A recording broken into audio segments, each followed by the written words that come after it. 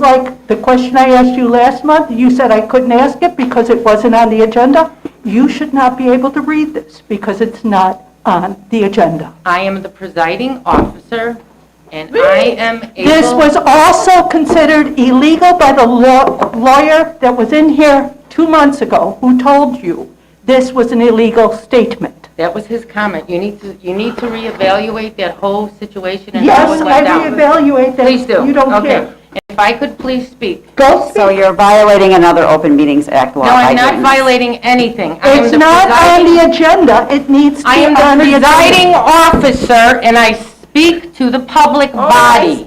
I speak. Thank you for your rudeness, but I will continue now. Oh, Fine. I'm ready. And please, you know what, you may want to read Robert's Rules of Order. I have. And contact the Sure have. attorney.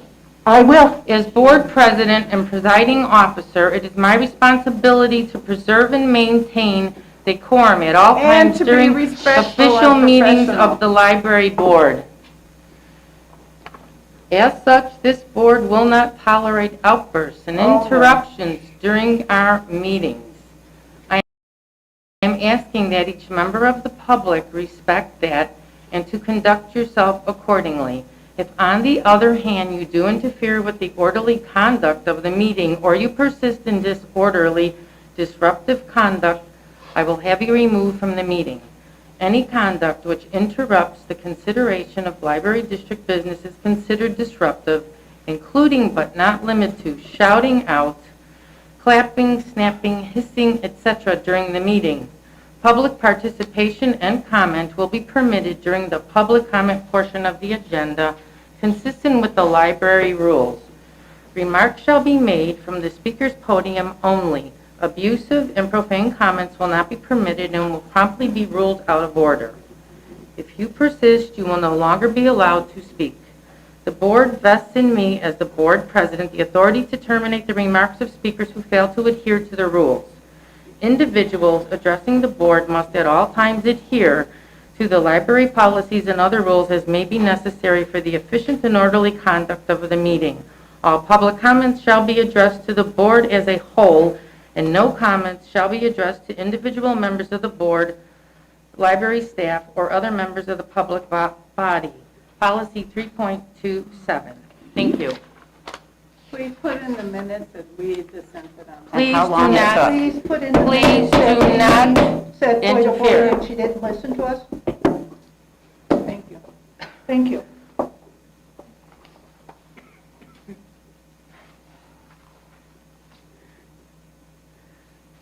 Cindy, will you please call the first person for public comment? Elliot Osherman.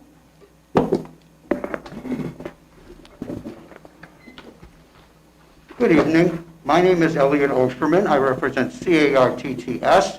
That's the Committee Against Retention of the Three Snoozes. When I refer to the three snoozes, I mean the three trustees that sit to the right side. I have in the past referred to them respectively as Loretta, Shirley, and No. I have provided one copy of these comments to each of the trustees, as well as one copy to the executive director so the trustees can follow along. The rest of my comments tonight are addressed directly to the entirety of the board. Before I start the gist of my comments, I will repeat the 9 declarative sentences with which I have begun my public comments in the past. They are, I will neither be interrupted nor silenced. We will neither be interrupted nor silenced. The community will neither be interrupted nor silenced. I will remember this. We will remember this. The community will remember this. I will vote on April 4th, 2023 against the retention of the three snoozes. We will vote on April 4th, 2023 against the retention of the three snoozes. The community will vote on April 4th, 2023 against the retention of the three snoozes. The gist of my comments tonight is the further education of the Board of Trustees by expansion of their vocabulary. Since the mission of the library is to engage, inform, enrich, and educate, I hope to further their education. I'm going to focus on 4 terms tonight. In the words of Sesame Street, they are sponsored tonight by the respective letters B, H, O, and R. I will deal with them in alphabetical order. B represents bully pulpit. That's spelled B-U-L-L-Y-P-U-L-P-I-T. Dating back to Theodore Roosevelt's campaign, it was a phrase used by him to indicate that the presidency of the United States could use his office as a means of affecting public opinion. Contrary to the opinion of the board president, as they used to say in Victorian times, she who cannot be named, this phrase does not mean that the library board president can perform bullying actions against her fellow trustees, such as ruling them out of order by insisting something be put on a future agenda, or by indicating that now is not the time for questions, nor against members of the public by ruling them out of order by mentioning individuals by name or position, nor by ruling them out of order by violating board policy that only precludes abusive or profane items. H represents hypocrite. That's spelled Hypocrite. The definition is a person who acts in a way that goes against what he or she claims to believe or feel. Examples: a candidate who stresses in her campaign material the need for a highly qualified staff, yet when it's budget time, there's no money for providing continuing professional education or ongoing staff training. When a candidate claims that his slate can submit a budget with 10% reduction in the levy and suffer no staff reductions nor program reductions, yet eliminates programs providing books to senior citizens and providing children librarian visits to school. Writing letters to the editor claiming bullying on the part of board members while performing that same bullying towards the public or board is an example of hypocrisy. Telling reporters that people are providing false news and then not using the opportunity to correct that misinformation is hypocrisy. From July 2021 Sun-Times, I quote, "Library Board President Carolyn Durblick did reply to my query with a brief lecture about how to do my job. Quote, false statements should never be the basis of news," Durblick wrote. Quote, "I welcome a factual exchange of information with you and anyone else interested in reporting truthfully about our library." Unquote. The factual exchange that Durblick welcomes apparently does not involve her actually talking to reporters, however. Unquote. O represents obstinate. That's spelled Obstinate. The definition is stubbornly refusing to change one's opinion or chosen course of action, despite attempts to persuade one to do so. Multiple choice of examples. A proposed budget in July with multiple cuts and a public outcry not to do that. A choice in November of 3 levy submissions, one of a cut of 18%, one of a flat levy, and one of a 1% increase. The 3 snoozes held their breath and threatened to submit a 0 levy if the other 3 didn't go along with the 18% reduction. Finally, R represents rude. That's spelled R-U-D-E, such as cleaning your glasses when somebody's speaking to you. The definition is offensively impolite or ill-mannered. Gathering people into silence is rude. Not paying attention or even looking at a speaker when that speaker is addressing the board is rude. When a speaker has provided a written copy of his remarks ahead of his comments and then asks if she who will not be named would like to follow along and is answered with a curt "no thank you," and she proceeds to involve herself with other items and details, that's rude. Last month, my comments illustrated arbitrary and dilatory and incompetent, along with unprofessional, among other terms. Doesn't seem to me that this board learned anything during the last 4 weeks that shows they've learned those adjectives. Time's Last up. 4 weeks have been more of the same. Let's hope they learned from tonight's. Thank you for your time. So, excuse me, Cindy, what time do you have, 6:40 or 6:39? Okay, thank you. Thank you, Mr. Osterman.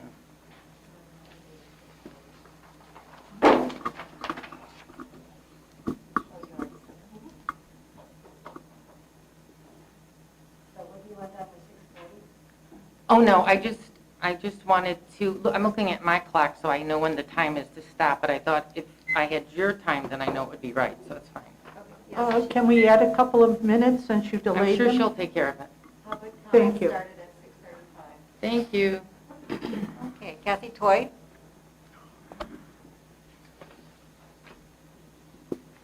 Kathy Toy.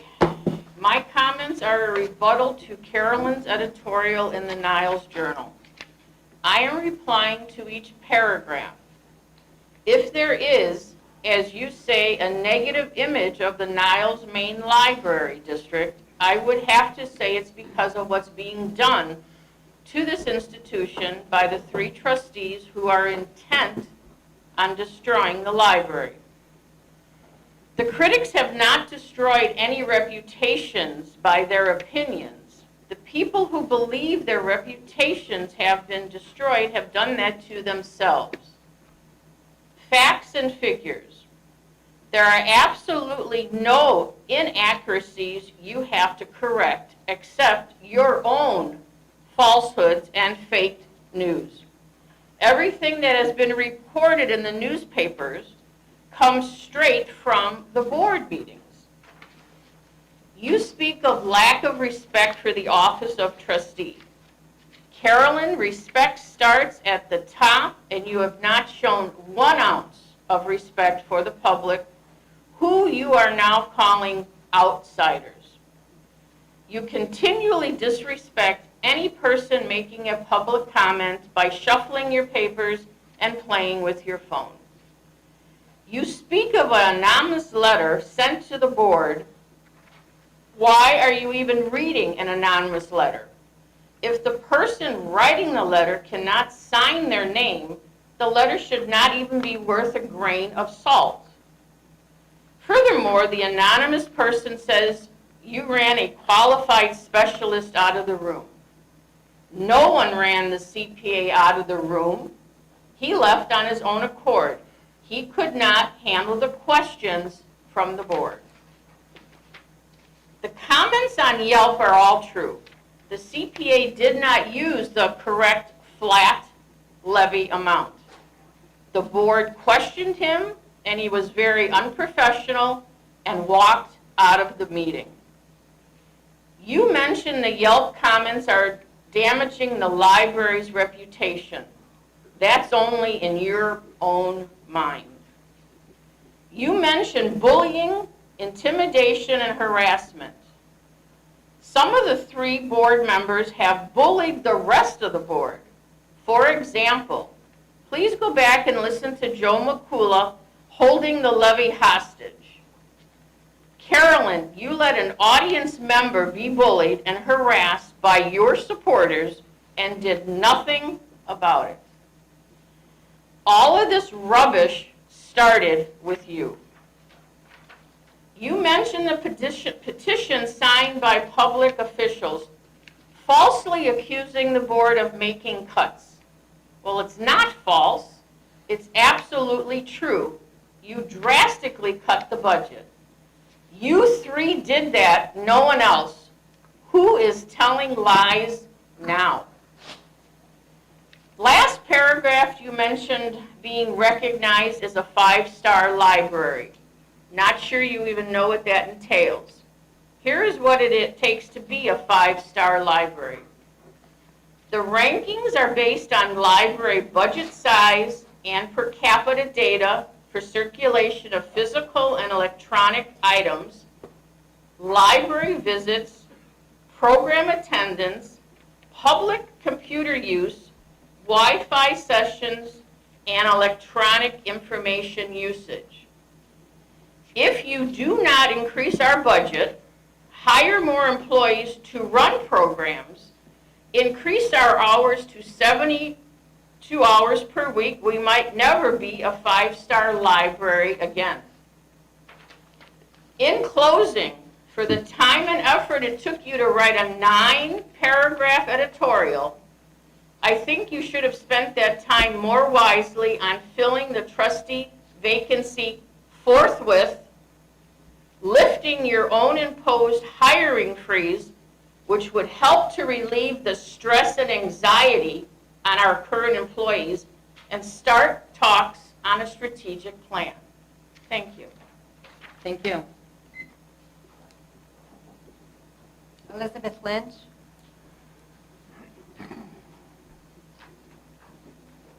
Hello.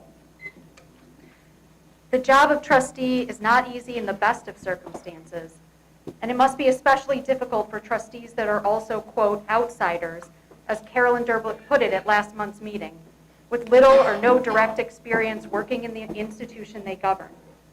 From what I've heard at these meetings and from the board president's recent letter to the editor, it's clear that Carolyn Derblick, Joe McCullough, and Suzanne Schoenfeld are struggling. They seem not to understand how libraries work, how public services are funded, and the laws governing public bodies like the library. Some of these issues are indeed complex, so I can understand why these trustees and even members of the public might be confused. The problem I have is not with a lack of knowledge or even a healthy skepticism. To be unsure is no fault, and to be curious is a virtue. The problem that I and so many others have is the outright dismissal of expertise and experience. It is the stubborn assertion of facts that have already been debunked. It is the belief that everyone else is wrong and only you are right. I suggest that these trustees take a step back from blaming or accusing and begin to listen. You could listen to the incredible staff of the Niles-Maine District Library that see firsthand the impact of the hiring freeze and funding cuts you've imposed. You could have listened to the previous director with over 20 years' experience who helped make this one of the most outstanding libraries in the state with some of the lowest per capita spending. You could listen now to the director you hired with high praise instead of accusing her of hiding documents from you. You could, in fact, reach out to any director, even board member of any of our neighboring libraries, and they would be happy to explain where you were mistaken. You could listen to the state librarian and the Secretary of State instead of forcing them to refer your actions to the Attorney General. You could listen to the many local, state, and national leaders that have spoken out or asked you at least to compromise, including the Mayor of Niles and State Senator Ron Villavillan. You could listen to the voices of the community, some of whom were once your supporters, telling you that you've gone too far, and it was you that misled on the facts. With our local reporters who have been covering our community for years, you don't even have to listen. But before you accuse them of misrepresenting you, you should start by agreeing to talk to them. In some ways, I respect a lone voice in a sea of criticism. There are times when that would even be honorable. But in this case, holding on is harmful to yourselves and to the institution you are sworn to serve. Ask yourself, is it really possible that library staff, library directors, other library boards, the Secretary of State, the Illinois Library Association, the state librarian, local reporters and their editors from 2 separate newspapers, the mayor of Niles, school superintendents and school board trustees, our state senators, our state representatives, the county board commissioner, and thousands of members of the library community are wrong, and only Carolyn Derblick, Joe McCullough, and Suzanne Schoenfeld are right. Before you blame all of us for the dysfunction on this board, I urge you to consider your own actions. Are you listening? Are you being transparent? Are you finding consensus and compromise? Are you serving the interests of the community? I find it telling and very sad that a few Yelp reviews for a consultant you hired led to a public letter accusing community members of, quote, verbal violence. But when staff were heckled by your supporters, when a high school student was mocked during public comments for sharing their pronouns, when your supporters swore and threatened slapping a member of the audience, when a candidate for trustee urged defunding of books for over half of our community that speaks a language other than English, when school teachers and parents and seniors and people with disabilities urged you not to cut outreach, in all of these cases, you did not write a letter or speak out or do anything at all. Given this disparity, it's natural for us to ask, who are you truly committed to protecting? The community or your consultants? And we see that disparity in tonight's agenda as well. You will not even consider the most pressing issues facing this library, the ones that your director, the staff, the Secretary of State, and several political leaders have called on you to address: a strategic plan, filling the open seat on the board, and properly staffing the library. Instead, you have again made draining funds your top priority. I urge trustees Derblick, McCullough, and Schoenfeld to stop this reckless cutting, learn from others, and live up to the responsibilities of your office. It's not about you, it's about the library. Thank you. Steve Sanders.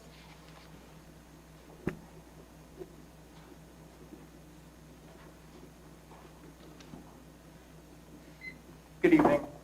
Steve Sanders, he, him. I want to call on this board to vote down the proposed abatement and develop a strategic plan for the future. The $1 billion tax abatement being proposed is unplanned, short-sighted, and fiscally irresponsible. In the past year, there have been drastic changes to the library without any creation or update to the strategic plan. During the spring, there were hefty cuts to the budget, followed up with a massive cut to the library's funding source, the levy. While While making these cuts, there has been an unprecedented increase in the library's legal fees without corresponding increase in the planned budgeted amount. Now there is a proposal for a new accounting firm to come in with an open-ended contract, not to mention having to negotiate a fair contract with the union. There is still no strategic plan for how you want the library to operate. With the business manager's departure, there is a dearth of expertise in the finance department, the exact department you want advising you on the cash flow implications of the proposed abatement.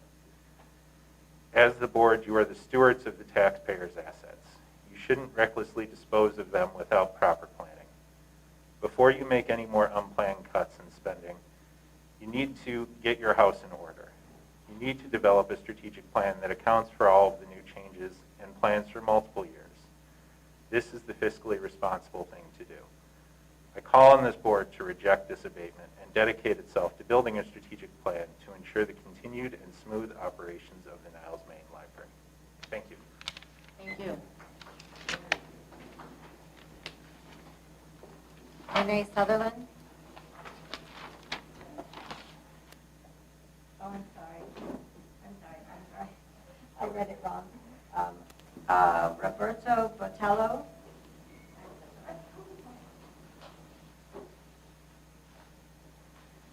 Good evening, members of the board. My name is Roberto Botello, resident of Niles, and I stand here in support of the board filling the vacancy for the trustee position. I hope that you exercise that ability. I feel that having that position filled will guide and will help in getting some of these tough issues resolved. And I see that a vacancy should not stand in the way, but rather having it filled will help in getting these matters resolved. Thank you. Thank you.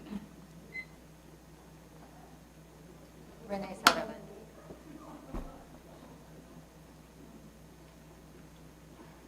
My name is Renee Sutherland. My pronouns are she and her. And I just also wanted to say regarding your agenda item 10E for the $1 million abatement, I wanted to point out that you did just recently cut the levy by 18%, and you really have no idea what your total legal expenses are going to be for the year. While you've been saving some money by refusing to fill staff positions that have become vacant, you're going to be spending more on contractors to do the work that employees used to do. So please do not pass that for all the reasons that other commenters have made. I also wanted to point out that you have been operating as a 6-trustee board for 6 months now, despite Illinois statute requiring a 7-trustee board for our library. So please do get that in order before you try making any other changes. I also wanted to point out some other things that I noticed in the board book. I noticed that lifting the temporary hiring freeze, as others have mentioned, this temporary freeze that's been in place since last spring is still not on the agenda. People have been pointing out the need to do away with that hiring freeze for more than half of a year now. And we can see that you guys are creating a situation where capable professional library staff resign, and then whatever positions you can replace with private outside contractors, you're choosing to do that instead. So instead of replacing business manager Greg Pritz, who was a CPA and handled a great number of important responsibilities here at the library, you want to hire an accounting firm. I noticed in the director's report, the title of the position of Supervisor of Maintenance and Security is being changed to just Supervisor of Maintenance. And this board already voted to bring in a private security firm to do an assessment. So I suppose your next step is going to be that you're going to want to hire a security firm to do the work that the library staff used to do for security. I also saw in the board book a comment about times when the desks are unstaffed due to staffing shortages. Saw there have been more resignations in youth services. So, and I also wanted to mention, in case you haven't noticed, we're in a position now where there is no assistant director. So during the many operating hours when the director isn't in the library, there is no assistant director here. When she goes on vacation or has a family emergency, or if she were to fall ill, there's no assistant director to cover for her and take care of any work that would pile up in her absence. This board keeps acting in a way that goes against what this award-winning library has successfully done for years. goes against what other Illinois libraries do. You go against what the state library recommends. And gosh, what else? Oh, I did want to just say that, this refusing to allow the director to hire anyone to replace the dozens of employees who have left since you've been in control of the board, other than that one position that she's allowed to recruit for. You can't have it both ways. You can't keep taking all these bizarre anti-library actions and expect us to stop pointing them out. And you can't convince us all that somehow all the journalists are wrong and all the elected officials other than the three of you are wrong and all of the members of the public are wrong other than a couple of your friends and whoever your anonymous letter writers are. Thank you. That's all the public comments? I'm sorry, did you say that's all? Yeah.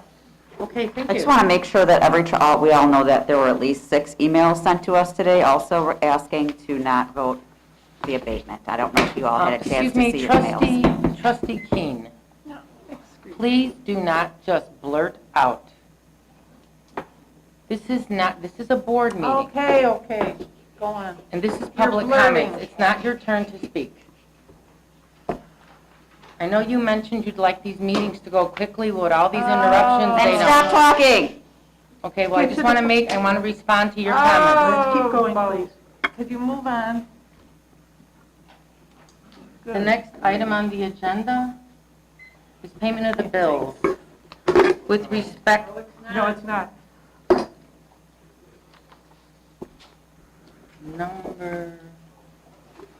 approval of minutes. Thank you for pointing that out, I appreciate it. With respect to the trustees, I would like to read the rules that govern the proceedings of the board. Point of order. Okay, point of order means, Point of order is Robert's rules. If Okay. something isn't in the agenda, it cannot be stated. once again, I am the presiding officer and And you I can can change address Robert's the rules. public. With She can respect to use the minutes trustees, to her benefit. with respect to the trustees. Point of order, if a member feels the rules are not being followed, he can use this motion. I know, but you're The wrong. rules are not being followed. They are being followed. I am the presiding officer, and I am Oh, allowed this to speak presiding to the is public. wrong.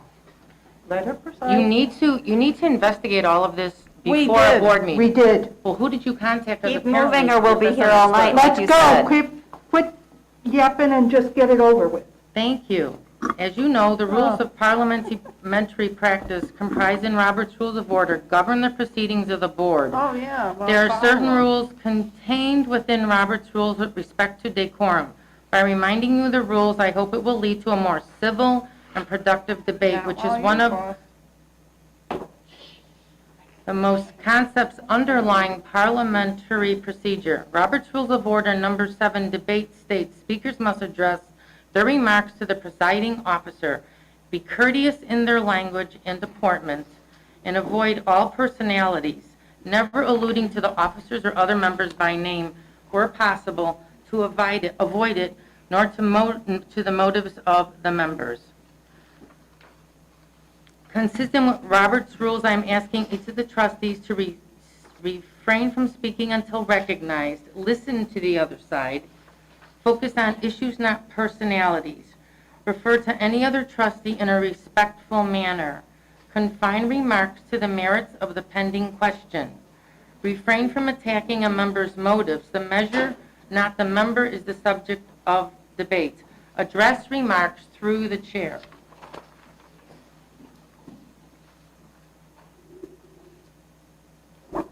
Okay, that's it, thank you.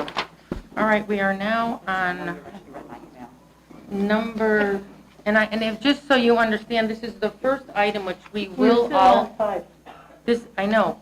The reason I do this is the first item on the agenda where the trustees now are able to discuss, and I'd like us to try to keep it civil. That's why I remind us. Fine. Approval of the minutes, item number 5 on the agenda. Do I have a motion to approve the minutes of the January 19th, 2022 regular board meeting? So moved. Second. Thank you.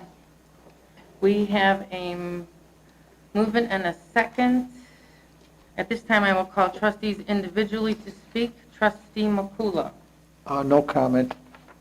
No changes. Trustee Schoenfeld. No comment, no changes.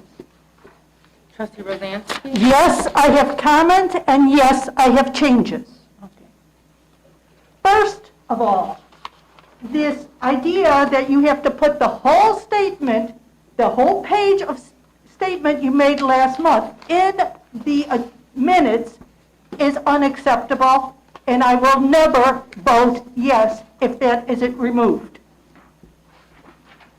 Plus, I also wanted in the minutes what time we walked and what time she finally finished talking.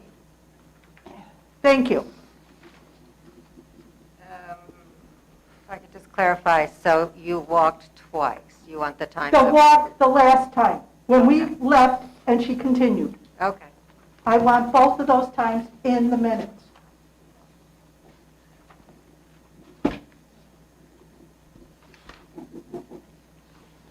Okay, are you finished? Yes, ma'am. Okay, thank you so much. Trustee Olson? Yes. I noticed the first set of minutes that were delivered to us, President Derblick's letter was not in the minutes, and the second time the minutes came out. Yes. The first time it was an addendum, and the second time it was inserted into the minutes. And what was the reason for doing that? The reason for doing that was the president's request, which I disagreed with, but I'm Thank leaving you, it to Cindy. the board to decide. I'm not asking for your opinion. No, I just said thank Okay. you, Cindy. No. Well, we've said from the beginning that a statement is only